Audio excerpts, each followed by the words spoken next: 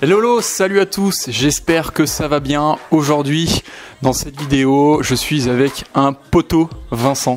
Yo, Ça va? ça va et toi? Ouais, ça va. Aujourd'hui, on va travailler un petit peu le logo, le branding de My Step by Step pour faire quelque chose d'un peu plus punchy et puis pour avancer sur le projet My Step by Step. Hein, comme il est graphiste et moi j'avais besoin de travailler un peu le branding du projet, donc je me suis dit Vincent est pas loin, Vincent est un copain, donc Vincent va faire des miracles. Gageons que tu dises vrai.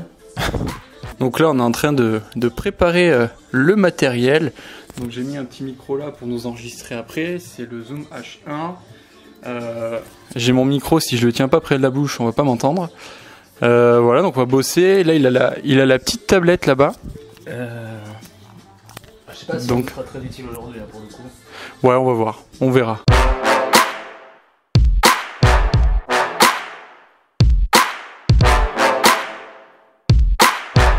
Voilà, donc pour le moment, mon logo, c'est ça. Comme il m'a dit qu'il était déjà pas mal, donc on va le retravailler un petit peu.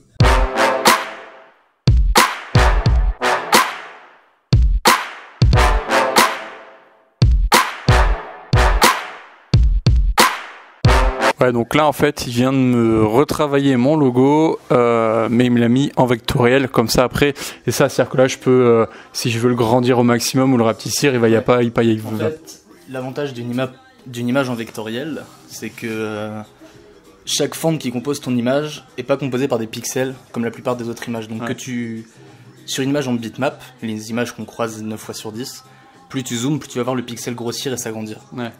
Sur une image en vecto, quand tu zoomes, ou que tu dézoomes même, ton PC va recalculer à chaque fois la courbe, et ainsi que tu mettes ta créa sur un timbre-poste, sur la façade d'un immeuble, ce sera toujours aussi net. Ouais. C'est pour ça qu'un logo, on travaille toujours en vecto, parce que tu peux être amené à le mettre sur la devanture de ta future boîte une fois que tu auras percé, sur YouTube, et autres, sur des t-shirts, sur des enveloppes, sur ce que tu veux, quoi. Donc... c'est pour ça qu'un logo, c'est toujours impératif de le faire en vecto.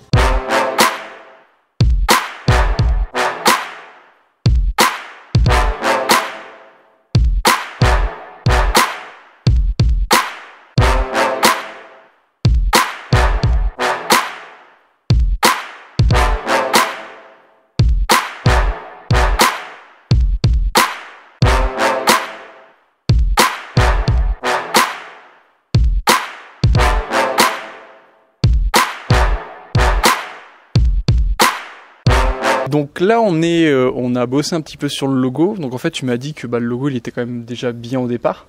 Ouais, il était pas mal avancé, t'avais bien bossé, beaucoup de bonnes idées. Pas grand chose à retravailler, mais on n'a pas encore fini. C'est pour ça qu'en fait j'ai envie d'avancer, de le faire évoluer, mais c'est vrai que c'est des petits détails au final. Et en fait il m'a sorti un truc et j'ai envie de vous le partager. Ça s'appelle le coup des blancs, donc vas-y je te laisse expliquer. Comme beaucoup de personnes, il a ce qu'on appelle la peur du vide. C'est-à-dire qu'il va vouloir combler absolument au maximum son logo, ses créations, n'importe quoi. Parce qu'il va avoir peur du blanc tournant, des marges, des zones vides et tout ça, alors que ça fait partie prenante du logo.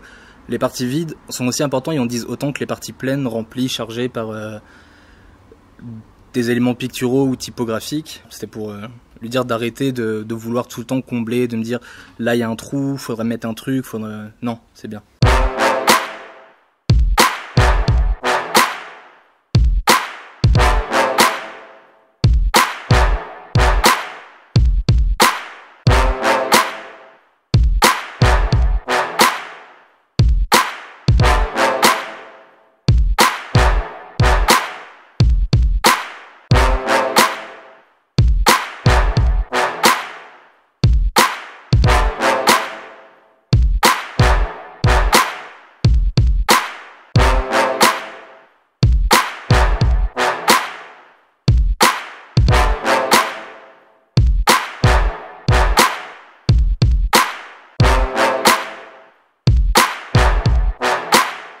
Ok, donc là on est sur l'écran de l'ordi, donc on a bossé sur le logo, donc c'est pas le logo finalisé, mais c'est un peu pour les idées. Donc au départ, on a les petits traits qu'on voit à ce niveau-là.